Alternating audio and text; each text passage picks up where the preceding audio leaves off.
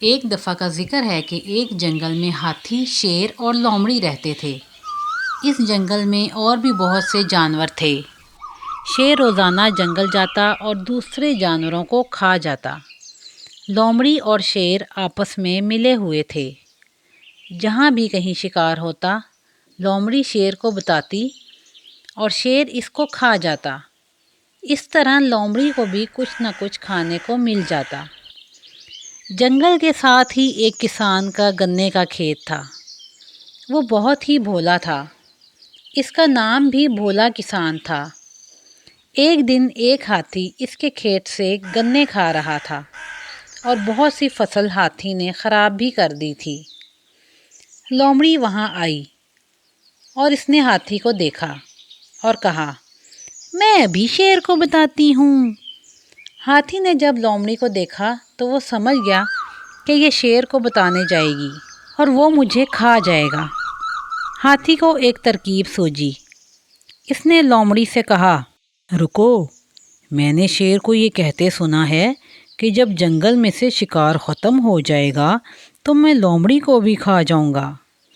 لومڑی نے ہاتھی سے کہا، تو یہ بات ہے، میرے ساتھ دھوکہ کر رہا ہے۔ میں اسے شکار کی خبر دیتی ہوں اور وہ مجھے ہی کھا جائے گا۔ ہاتھی نے لومڑی سے کہا، کیا تم اس سے بدلہ لینا چاہتی ہو؟ لومڑی نے کہا، کیوں نہیں، میں ضرور بدلہ لوں گی۔ اس نے میرے ساتھ دھوکہ کیا ہے۔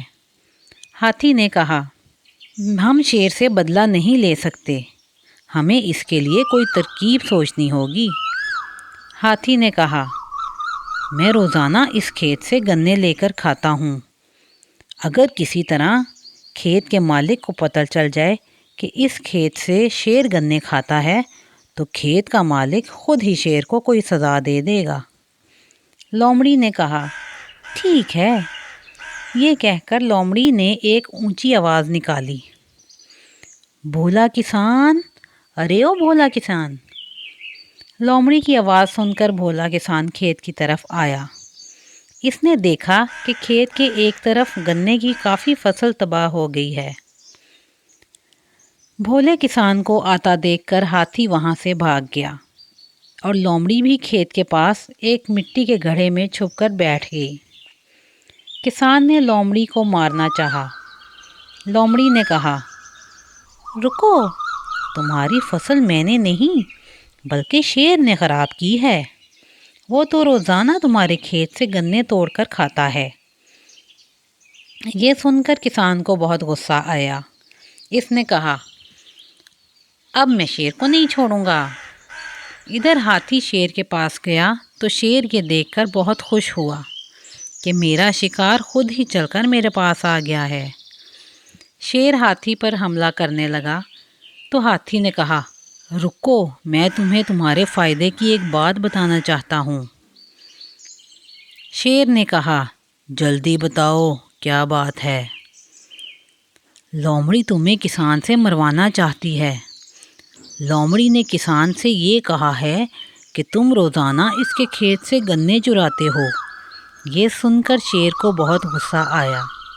اس نے کہا، لومڑی کی یہ مجال۔ شیر نے ہاتھی سے کہا، یہ بات ہے تو پھر میں پہلے لومڑی کو ہی کھاؤں گا۔ ادھر لومڑی شکار کی تلاش میں ادھر ادھر گھوم رہی تھی۔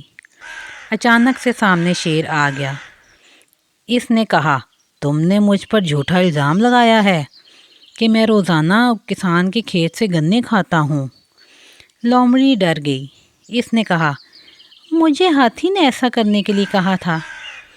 شیر نے اس کی ایک نہ سنی اور لومڑی پر حملہ کر دیا اور اسے کھا گیا۔